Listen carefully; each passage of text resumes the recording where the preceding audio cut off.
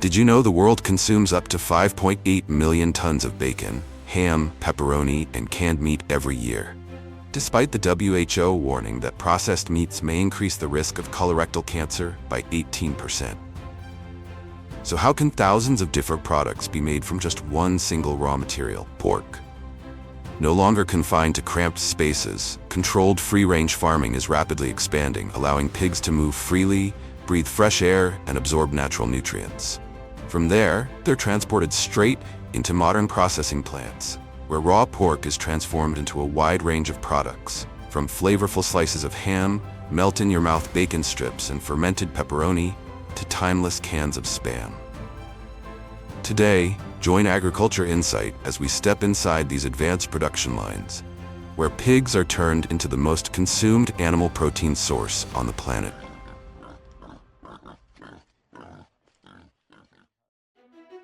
If China is the world's pork production engine, then the United States is the king of consumption, a place where bacon, ham, and pepperoni never go out of style. Despite warnings about colorectal cancer risks, estimates show that by 2025, Americans consumed around 6.2 million tons of processed pork. On average, each person eats nearly 19 kilograms per year, an enormous amount, enough to practically fill the Grand Canyon if stacked continuously for 12 straight months. This irresistible appeal isn't accidental. Compared to beef, pork contains up to 1.5 times more fat and moisture, creating the signature tenderness, juiciness, and rich flavor found in ham, bacon, and sausages. To understand this fascination, we'll follow the journey of pork farming and processing, a complex chain stretching from the farm all the way to modern industrial production lines.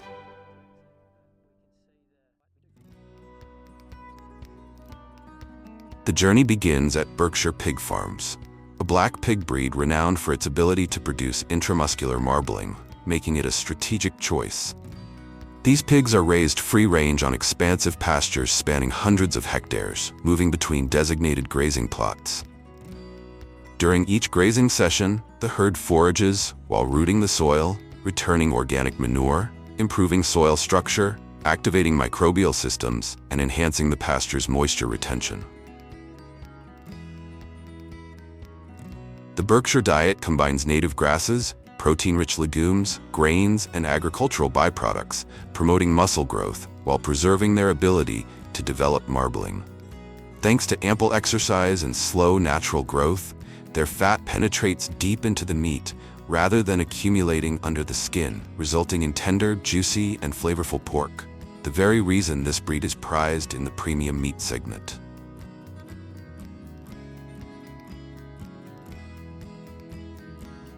Leaving the farm, the pigs enter the transportation system, a crucial link that determines both meat quality and the stability of this billion-dollar supply chain. To reduce stress and prevent injuries, specialized vehicles are equipped with non-slip sloped floors, straw bedding that absorbs shocks, and continuously circulating airflow. Temperature, humidity, and toxic gas sensors operate 24/7, ensuring that each journey delivers the pigs to the processing plant without carrying pathogens or biosecurity risks. And from here, the journey enters the most fascinating stage, where the planet's most widely consumed protein is reshaped inside modern processing lines. At the plant, premium Berkshire pigs enter a fully closed system, with each carcass carefully broken down into shoulder, ham, belly, and loin. High-quality cuts ready to be transformed into crispy bacon, aromatic ham, spicy pepperoni, or convenient canned meat. Here, advanced technology meets skilled craftsmanship, delivering top-tier flavors straight from the farm to the dining table. As one of the largest-scale pork products globally, ham has become a cash cow for the processing industry, generating up to $100 billion annually from the hind leg muscles, cuts with a balanced lean-to-fat ratio and excellent muscle structure. Before processing, the meat is trimmed of tendons and connective tissue and cut into small pieces in preparation for grinding. The meat is then moderately ground and thoroughly mixed with seasonings, creating a rich flavor while maintaining a smooth, lump-free texture. Once the mixture reaches the ideal consistency and thickness, it moves on to the shaping stage. In industrial lines using plastic casings, vacuum stuffing machines remove air bubbles before filling the meat, producing ham that is firm, smooth, and free of voids. With metal molds, the mixture is compressed tightly, forming a uniform block and eliminating air pockets, that ensuring a perfect texture for the final product. Immediately after stuffing and shaping, the ham blocks are transferred into cooking ovens to cook evenly, preserving both flavor and moisture. They are then cooled to stabilize the internal structure and removed from the molds, forming complete blocks, ready for the final finishing stage. Finally, the ham blocks go through automatic slicing machines, cut into thin slices just 1–2 millimeters thick. This thickness maximizes surface area, releases aroma more effectively, and ensures a tender bite when served cold.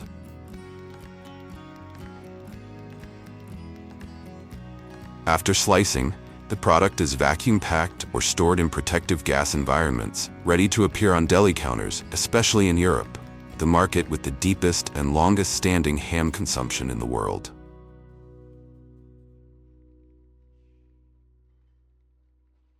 Meanwhile, on a different production line, bacon's treasure lies in the pork belly, a cut that accounts for only about 15% of the carcass weight, yet features the signature cross-section of alternating fat and lean layers that run continuously through the meat. The selected belly meat is then cured, primarily using a wet curing method. A brine solution is prepared in a precise ratio, combining salt, sugar, and spice extracts to balance saltiness and sweetness while stabilizing the meat's color. Multi-needle stainless steel injection systems pump the solution directly into the muscle tissue with controlled depth and needle density, ensuring the seasoning penetrates evenly throughout the meat, not just on the surface.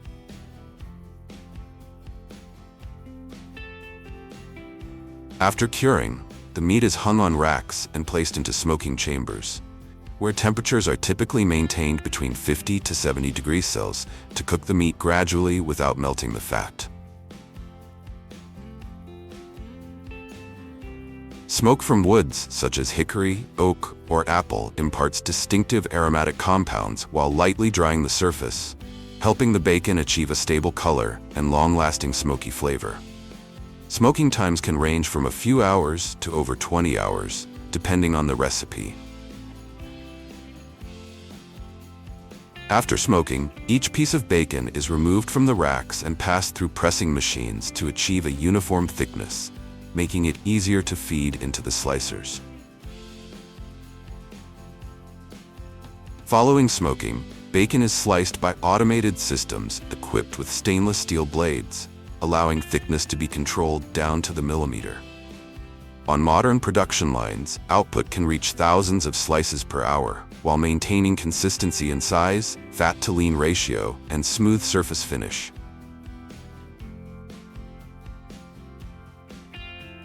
From here, bacon becomes the flavor catalyst for any dish. Just 5 to 10 grams paired with a burger or eggs is enough to boost umami and richness, as the melting fat carries saltiness and smoky aroma across the palate.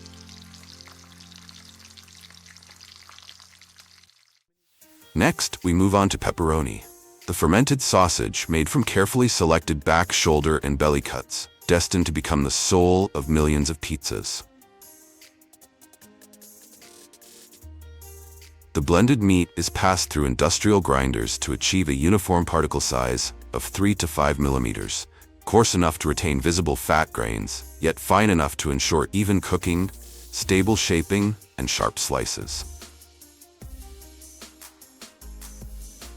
Immediately afterward, the ground meat is transferred to industrial mixers to incorporate fermenting microorganisms and spices. Plants typically use lactic acid bacteria strains at extremely low densities per gram of mixture, precisely controlling the fermentation process. Dry spices are added along with concentrated liquid paprika, stabilizing the characteristic red color and developing the familiar mild spiciness. The entire mixture is mixed for 2 to 5 minutes at low speed, just enough to distribute ingredients evenly without disrupting the meat's protein network. The mixed meat is then transferred to stuffing machines for shaping. The meat is pumped into sausage casings with precise weights for each segment, and the links are automatically twisted to form uniform chains of pepperoni. These chains are hung on conveyor lines, keeping the surface exposed to air and creating optimal conditions for biochemical reactions and subsequent heat treatment. From there, the pepperoni enters fermentation chambers, where controlled temperature and humidity activate the lactic acid bacteria, gradually lowering the pH to the ideal level and developing its distinct fermented flavor. Once this threshold is reached, the chamber settings are adjusted to inhibit further bacterial activity while lightly smoking the sausages with natural wood, finalizing both the flavor and the surface color.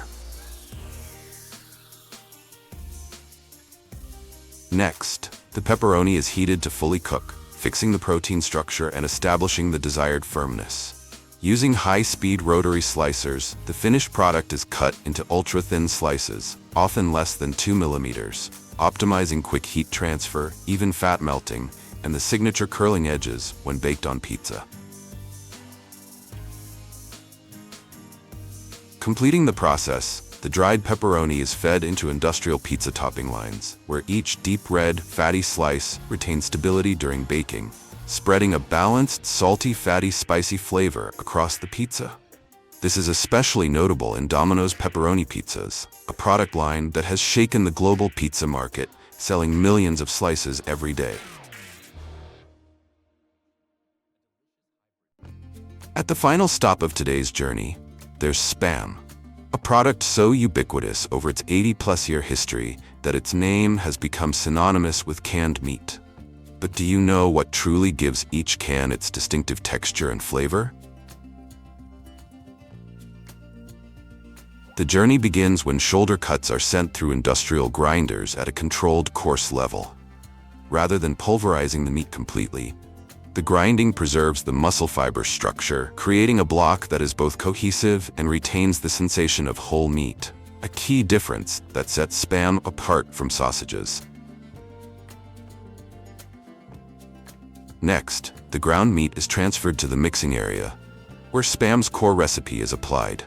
The ingredients include pork shoulder, salt, sugar, water, potato starch, and sodium nitrite. Salt extracts muscle proteins to create binding, sugar balances flavor, starch stabilizes the structure during heating, and nitrite controls microbial growth while preserving the signature pink color. The entire mixing process takes place in a chilled environment to minimize protein denaturation and ensure a uniform mixture before shaping.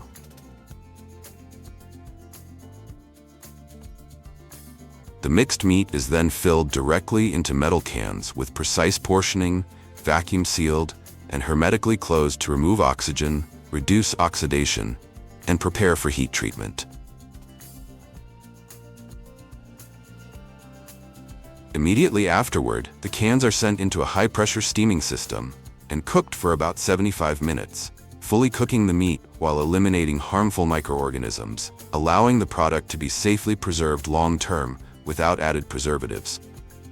At the same time, the heat causes the proteins to coagulate, fixing a firm and uniform structure inside the can.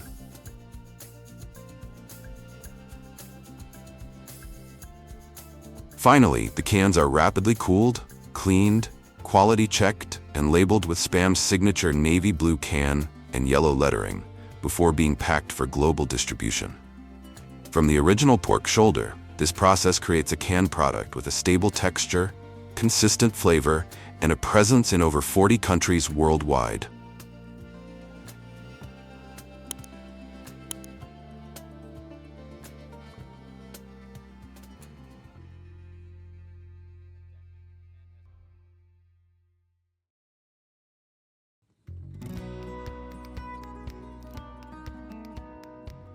Do you like fish sticks? Yes or no, of course. But for hundreds of millions of people in the United States, the UK, Germany, and many European countries, fish sticks have gone far beyond a simple convenience food, becoming a staple of family meals, school menus, and mainstream food culture.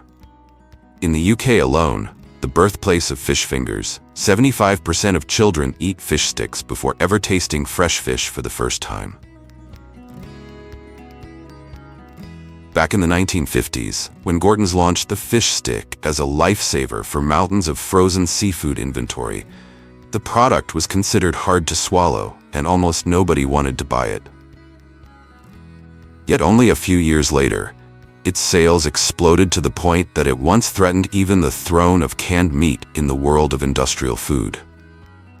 Today, with a near GOAT status in the frozen food industry, fish sticks generate more than $3 billion USD a year and continue expanding their influence globally.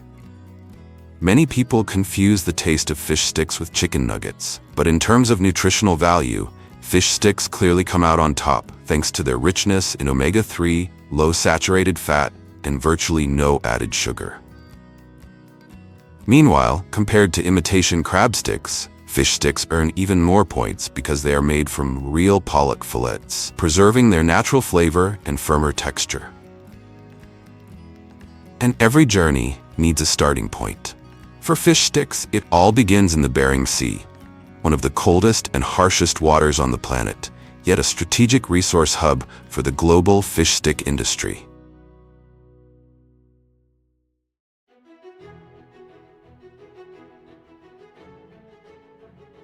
Lying between Alaska and Russia, the Bering is a harsh natural boundary connecting the Pacific Ocean with the Arctic Ocean.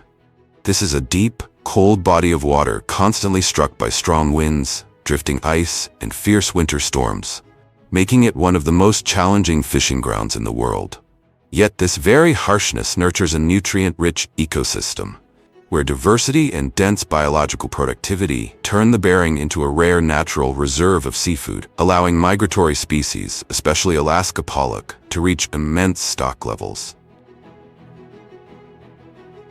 Although there are hundreds of fish species offshore, fish sticks in fact revolve around only a few main names, of which Alaska pollock accounts for up to 90%. The rest are hake, cod, and haddock. All of them are white meat fish, low in bones, easy to fillet, and cheap enough to meet an annual output of millions of tons.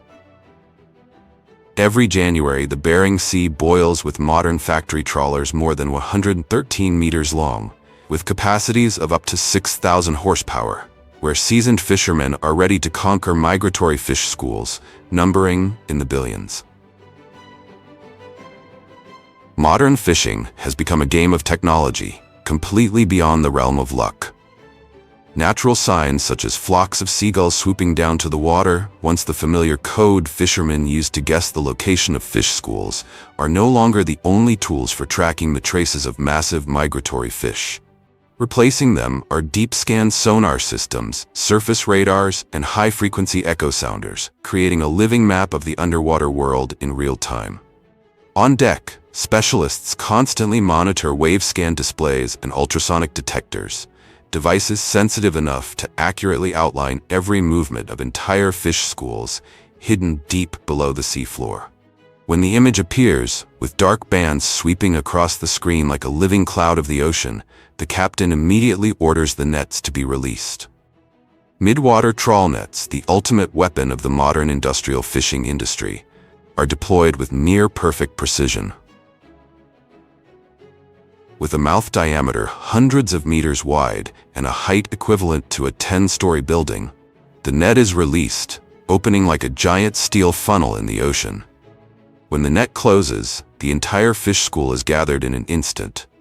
The bottom of the net is tightened by a cable system, sealed as if tying the mouth of a bag, then slowly hauled to the surface. The back-breaking work of net hauling in the past has now been replaced by automatic hydraulic winches that pull up hundreds of tons of fish with just a single control button, not only saving labor, but also increasing productivity and output by hundreds of times. Within minutes, hundreds of tons of pollock thundered down onto the deck, powerful like the discharge of a dam. On the processing floor, the intake funnels open wide to catch the dense stream of fish flowing straight into the ship's hold, where a floating factory is already waiting to begin a mass processing sequence for the newly captured haul. Inside modern factory trawlers stretching over 100 meters, nearly 3/4 of the space is dedicated to processing and freezing, turning them into true floating factories capable of handling up to 300 tons of fish per trip. The moment the catch hits the deck, a race against time begins. Pollock must be processed within minutes to preserve optimal freshness. From the intake chute, the fish move on to the conveyor system, where a stream of water continuously washes away blood, debris, and surface mucus before they are routed into automatic grading channels based on size, weight, and body shape. At each sorting gate, fish drivers stand by, guiding the flow into the correct processing lanes to prevent blockages and maintain uninterrupted throughput.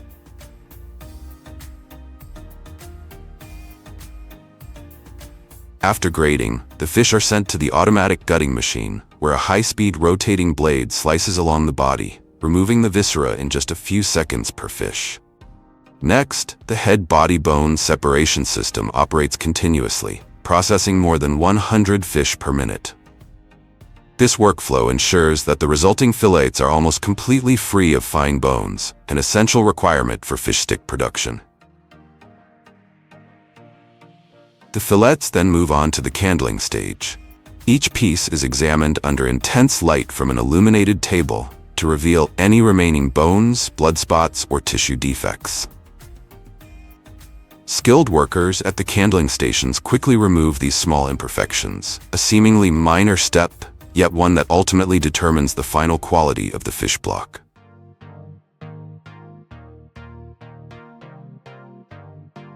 The qualified fillets are then packed into rectangular fish blocks, weighing approximately 7 to 9 kilograms, with uniform flesh density and precise thickness. This is the standardized raw format that allows hundreds of perfectly identical fish sticks to be cut later on. The blocks are fed into a plate freezer, a dual-surface freezing system using high-pressure steel plates. The core temperature drops within just 2 hours, forming ultrafine ice crystals that preserve muscle structure and minimize moisture loss during thawing. This is a decisive advantage for quality when the blocks are brought ashore for further processing. The vessel's cold hold stores hundreds of tons of fish blocks throughout the voyage, ensuring no thermal loss even as the ship operates continuously for weeks. The long journey at sea for these frozen fillet blocks officially ends when they are brought ashore and sent directly to the fish stick processing plant, the final and most demanding stage in the production of this convenient food.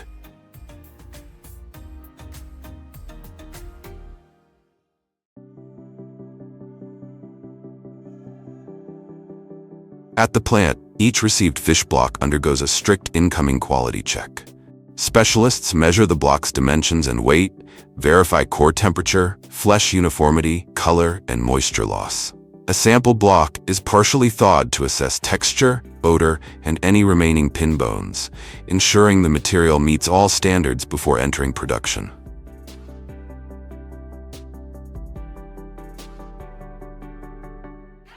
After passing the inspection, the fish blocks are moved to the slicing area, the first step, and the one that defines the overall structure in the production of fish sticks.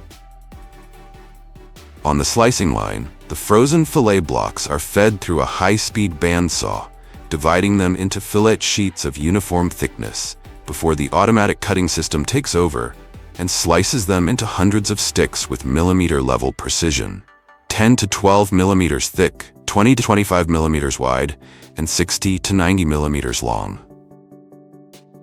This exacting precision is essential for achieving perfect consistency in the subsequent coating, frying, and freezing stages.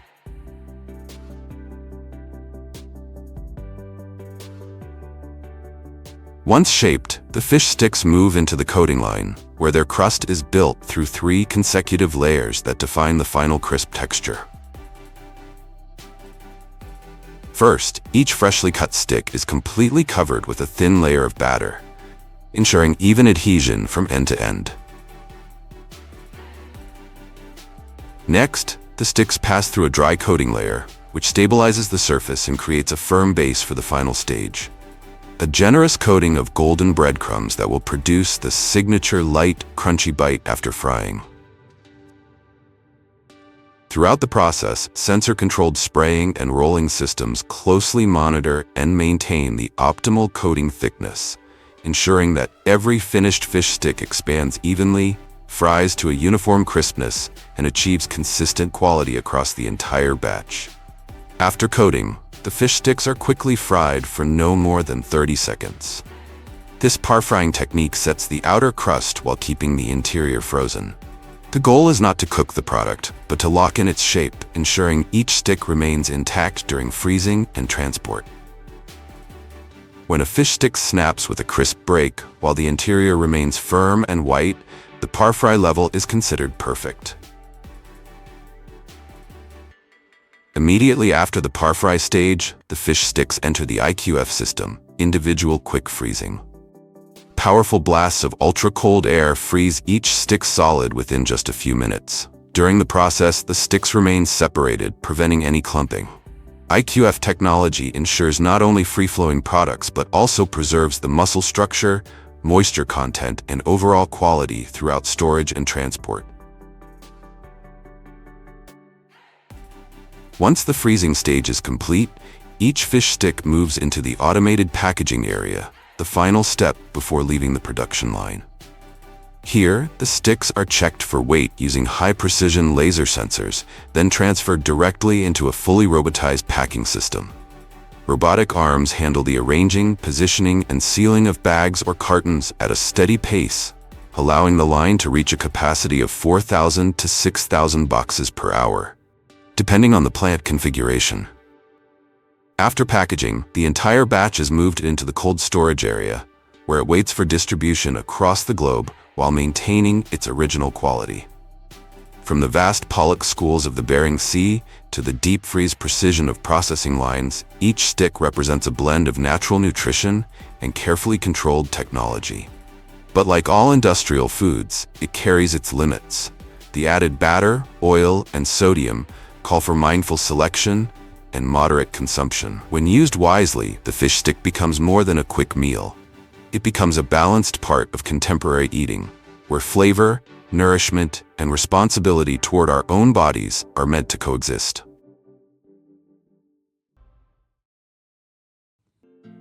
After the dazzling festivals and the spotlight of industry, the buffalo still begins from its most familiar place, the farmyard. And it is this very journey that holds countless surprises we are about to uncover.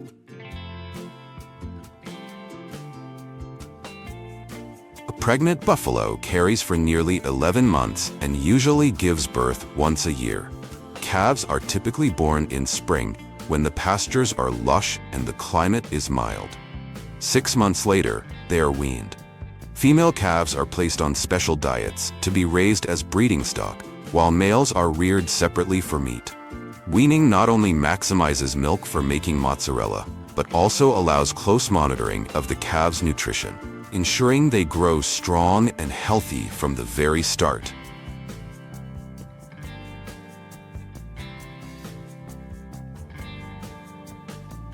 If you ask what makes buffalo milk so unique, the answer lies in their diet. After each harvest, mountains of dry straw are rolled by machines into bales weighing hundreds of kilos, tightly wrapped in plastic to preserve them for months. These bales are stacked in long rows outside the barns, serving as food reserves that sustain the herd through winter. At mealtime, the straw is loaded into high-capacity mixers, blended with grains, minerals, and supplemental bran. This TMR mixture is evenly combined, highly nutritious, and easy to digest. An adult buffalo consumes up to 15 kilograms a day, ruminating for 6 to 8 hours. It is this balanced diet that produces milk with nearly twice the fat content of cow's milk, the very foundation of glossy, elastic, and chewy mozzarella.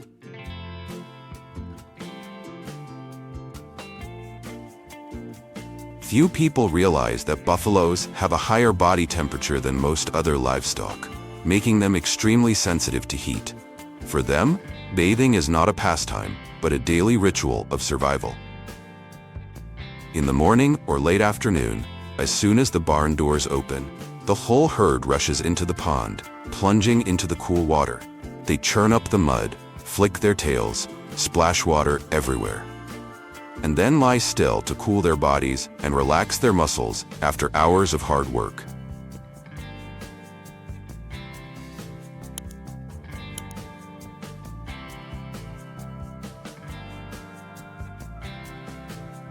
Modern farms even build bathing pools with sprinklers and filtration systems, turning these moments of wallowing into a kind of hydrotherapy spa that helps buffaloes beat heat stress, stay healthy, and produce higher milk yields. The combination of an outdoor pond spa and indoor air conditioning not only allows the herd to relax as if being pampered at a resort, but also significantly reduces the risks of miscarriage, mastitis, and declining milk yields during scorching days. This stands as living proof of how modern technology is transforming the face of traditional buffalo farming.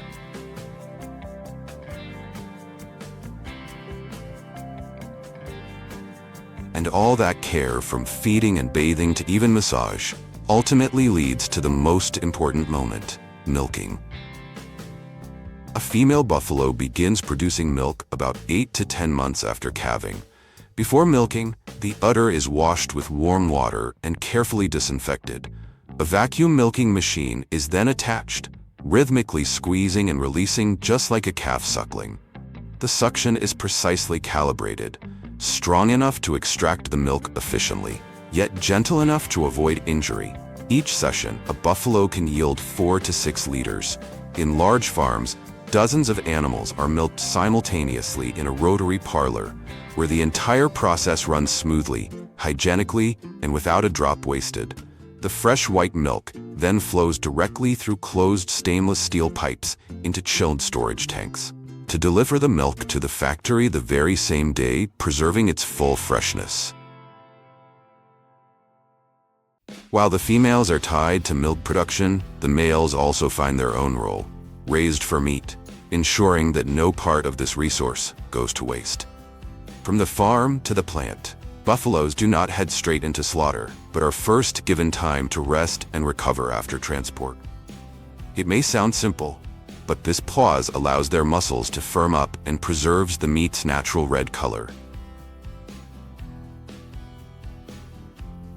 The process inside the plant begins with absolute precision, as each buffalo is handled and all blood and internal organs are removed within a closed system. The industrial saw screeches through the spine, splitting the carcass cleanly in two. Just seconds later, a chest saw tears open the ribcage, while pneumatic knives and hide pullers strip away the fat and silver skin. Then comes the most intricate stage. Skilled workers wield slender, razor-sharp boning knives, sliding along each fiber to separate bone and tendon, preserving the buffalo's hallmark lean, firm meat. The large cuts are moved to the portioning area, where 3D cameras scan their shape, electronic scales adjust the weight, and automated cutters divide them into primal cuts: chuck, rib, loin, round. Some plants even employ a crust freeze technique, flash freezing the surface, so that every slice comes out smooth and intact, ensuring that the steak on the plate looks nothing short of perfect. Stepping into the freezing chamber, the pace slows down. At ultra-low temperatures, the meat sleeps for over 72 hours, preserving its freshness and halting any bacterial growth. When the time is right, it is awakened. Each cut is vacuum sealed, tagged with a QR label, and carefully packed into cartons. From the cold stores of India, these pieces of meat then journey across continents, finding their way onto family dinner tables and even into culinary adventures around the world.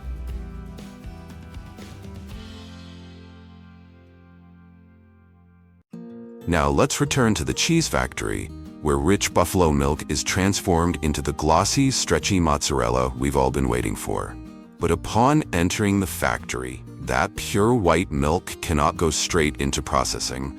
Standing before it is a strict gate. Cleanliness, bacterial count, and fat content are all scrutinized down to the smallest detail. Just the slightest deviation, and an entire batch worth tens of thousands of dollars could be lost. In the end, only perfectly balanced tanks of milk earn the right to proceed to pasteurization. When the inspection cycle is complete, the approved tanks of milk are pumped directly into the HTST system. The milk is heated in less than 20 seconds and then instantly cooled. All harmful bacteria are eliminated, while its original flavor is perfectly preserved.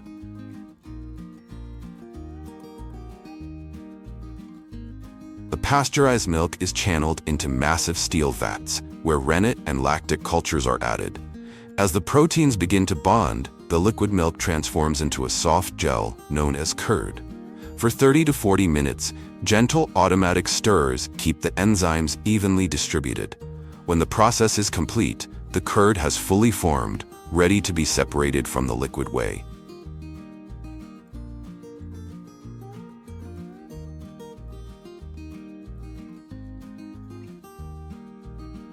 Right after that, the soft curd mass is cut into small pieces by stainless steel blades moving slowly and evenly. This process, known as cutting the curd, is crucial because the size of the pieces determines the final texture of the cheese. The smaller the curds, the more whey they release, resulting in a firmer, stretchier cheese. Larger curds retain more moisture, creating a softer, creamier product. As whey begins to rise to the surface, the temperature of the vat is gradually increased under careful control. The heat causes the curd grains to shrink and tighten, expelling even more whey and forming a denser structure, while also inhibiting the growth of unwanted bacteria. This is the decisive fine-tuning step, striking the perfect balance between moisture, firmness, and flavor, before the true magic of mozzarella begins.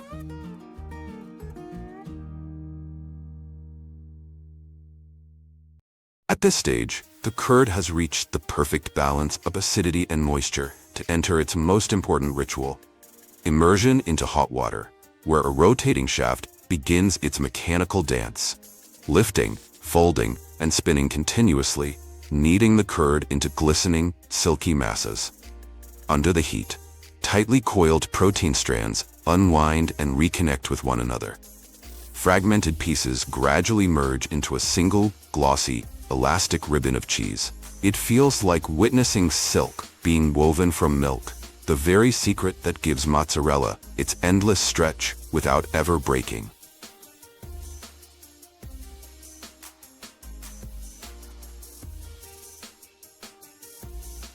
After the stretching, the piping hot cheese mass is transferred to the molding machine.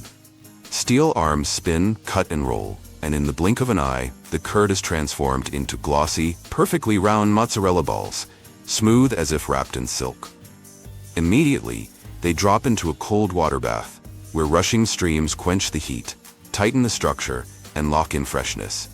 Have you ever wondered why mozzarella is always round, never square or flat? Its shape is like a natural shield. The taut surface seals in moisture, prevents cracks, and preserves its integrity. All of this is for one moment. When you take a bite, the creamy richness bursts across your palate, leaving behind a taste you'll never forget. But that flavor would never be complete without the brining bath, the final step that shapes their very soul. It is the salt that elevates the creamy richness while shielding the cheese from bacteria, keeping it fresh for longer. From here, robots delicately pick up each ball and place it into a clear plastic tub. A sterile, diluted brine is poured in, allowing the mozzarella to remain soft and moist without becoming overly salty. The lid is sealed tight, vacuum-packed, and stamped with a QR code and production date. Finally, the cartons move into cold storage, closing the chapter of an extraordinary journey and opening the door to travels across the world.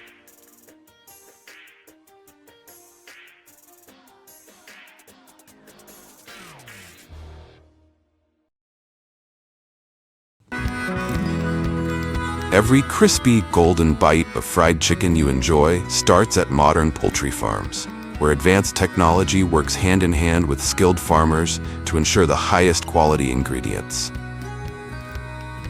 Gone are the days of chaotic chicken chasing on farms, thanks to automated poultry catching systems, which can process 8,000 to 10,000 chickens per hour, optimizing efficiency without relying on manual labor.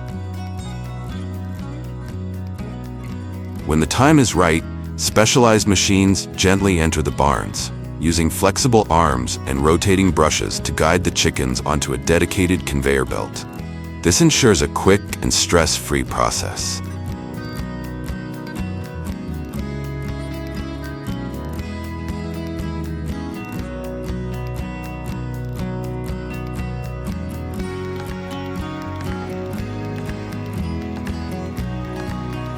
Each chicken is carefully placed into transport crates designed to protect their health and well-being. The automated conveyor system adjusts in real time, providing enough space to minimize stress before the chickens are transported to the processing plant. Pretty impressive, right?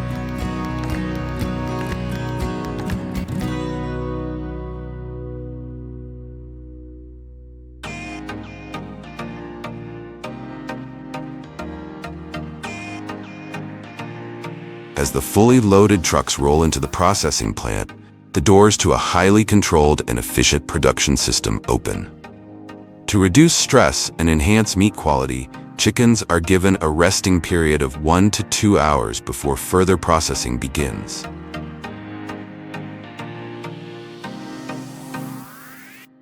After resting, chickens are placed onto an automated rail system that securely holds them in place. Here, they undergo a controlled stunning process using either low-voltage electrical currents or gas anesthesia. This ensures a calm and humane transition to the next step.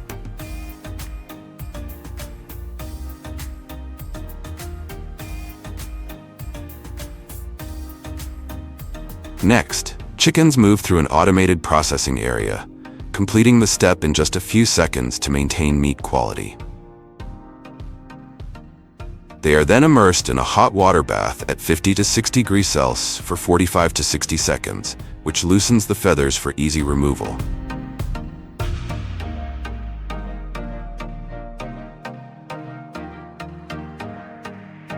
Immediately after scalding, chickens pass through an automated feather removal system, equipped with rotating rubber fingers, which pluck the feathers evenly and efficiently, without damaging the skin.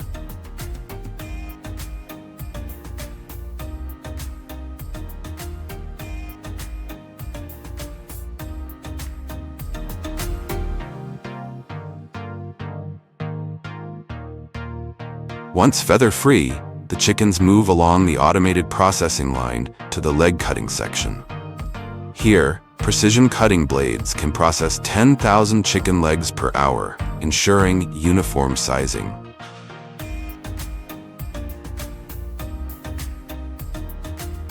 The removed legs are transported via conveyor belts to a separate processing area.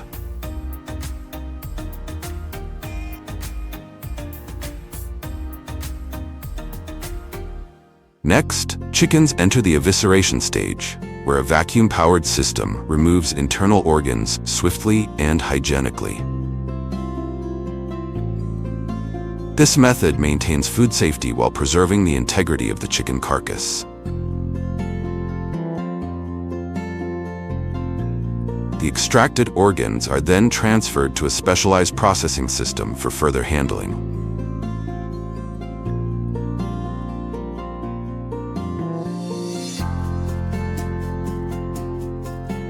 After the chickens have been eviscerated, they are passed through an optical scanner to detect any defects or abnormalities on the carcass. Any chickens that don't meet the quality standards are automatically removed from the production line to ensure the final product meets high-quality standards.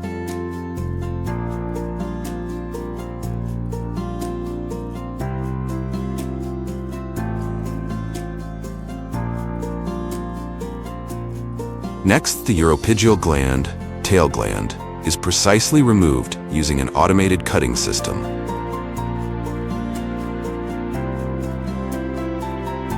Chickens then pass through a quality inspection chamber, where advanced sensors and trained inspectors verify that each bird meets strict food safety standards.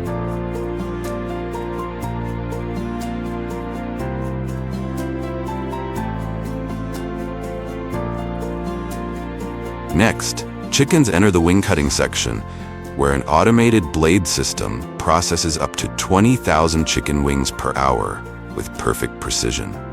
The wings are then sorted by size and purpose.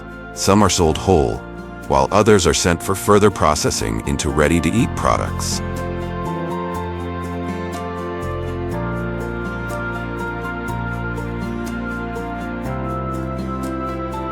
Once the wings are removed, the chicken body moves forward on the specialized cutting system, where each part is separated with extreme precision. First, the chickens pass through a high-speed stainless steel blade system, capable of processing 12,000 chickens per hour. This evenly splits each chicken in half without compromising meat texture. The breast meat is carefully separated using an automated filleting system, ensuring that each piece remains intact, tender and juicy, ready for cooking or packaging.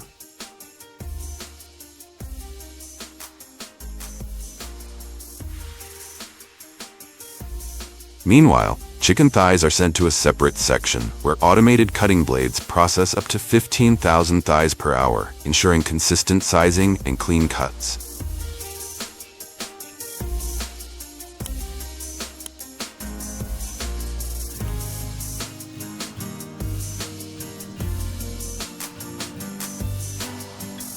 Moving forward, the chicken pieces enter the processing line, getting ready to become the world-famous crispy, flavorful KFC fried chicken.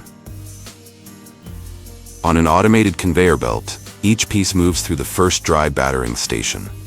Precision-engineered robotic arms evenly sprinkle a fine layer of dry flour over the chicken, ensuring it adheres firmly to the surface.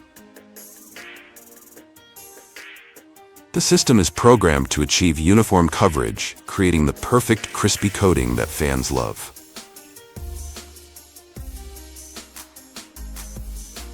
Next, the chicken pieces proceed to an automatic wet battering station, where they are evenly coated in a liquid batter. This step enhances moisture retention and helps the next layer of dry coating stick more effectively. Finally, the chicken receives a second and final layer of dry flour.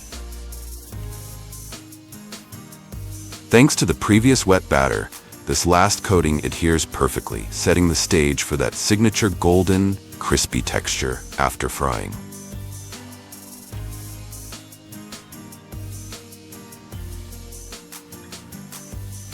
Once fully coated, the chicken pieces are placed into an industrial fryer, cooking at 177 degrees Celsius for 12 to 15 minutes.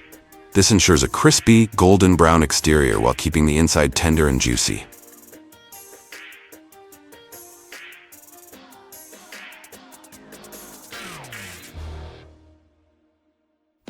KFC takes it a step further with another irresistible option: chicken nuggets.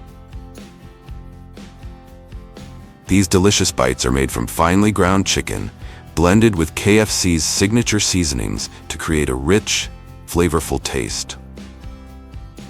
Next, the nuggets move through an automated dry battering station. Then, they pass through the wet battering system, where a special coating is applied to enhance adhesion and maintain their shape during frying, resulting in a perfectly crispy, golden crust.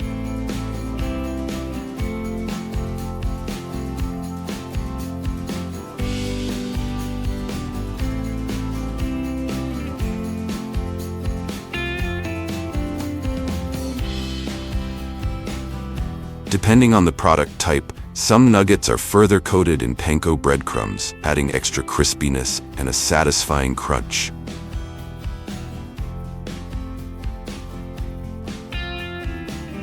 After that, they are fried at approximately 170 to 180 degrees Celsius for 2 to 3 minutes, ensuring a crispy outer layer while keeping the inside juicy and flavorful.